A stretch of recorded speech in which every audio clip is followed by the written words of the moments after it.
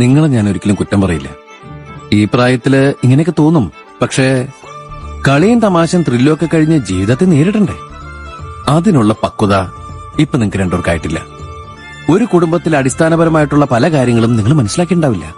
ഉദാഹരണത്തിന് 1 കിലോ അരിക്കിപ്പ് എന്താണ് വില? പോട്ടെ, 100 ഗ്രാം വെളിച്ചെണ്ണയ്ക്ക് എന്ത് കൊടുക്കണം? വെളിച്ചെണ്ണക്ക് ഇപ്പം കിഷോർ പറയട്ടെ. അറിയില്ല.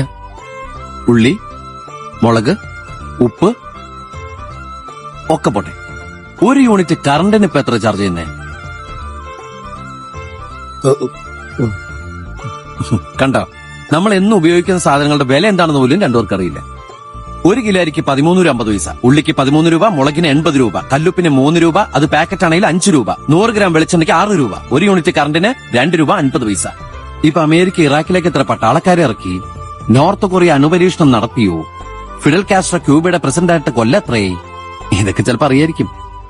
കൺമുമ്പിലുള്ള ജീവിതം കാണാതെ നമ്മൾ എത്ര ഓണം കൊണ്ടിട്ട് എന്താ കാര്യം?